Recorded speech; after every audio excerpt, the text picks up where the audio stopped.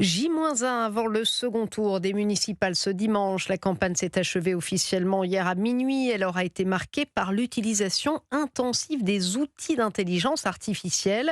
Les candidats s'en sont servis pour leur communication, côté électeur parfois, pour aider à faire son choix.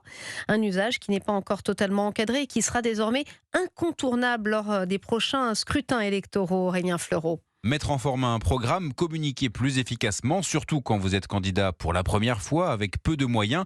Les outils d'intelligence artificielle ont été une vraie aide, a pu constater Paul Brunet, président de l'agence de communication politique 2-4, qui a accompagné une soixantaine de candidats. On a une campagne où le candidat a beaucoup utilisé des vidéos, où il a modélisé en fait le développement de ces grands projets d'infrastructures dans la ville. C'est des vidéos qui ont été très vues dans la ville. Et donc c'est sûr qu'à l'époque où il fallait payer des milliers d'euros des cabinets de modélisation 3D pour avoir ce résultat, aujourd'hui ça vous coûte 20 € avec une IA généraliste. Des usages très positifs également relevés par Martin Pavanello, président de la start-up Mister IA. Mais attention, cela peut aussi être une arme à double tranchant. Ça s'est vu chez certains candidats que l'utilisation de l'IA n'avait pas été vérifiée et donc on perd vite en crédibilité. On a eu le cas sur des estimations de coûts notamment. Je veux créer un complexe sportif.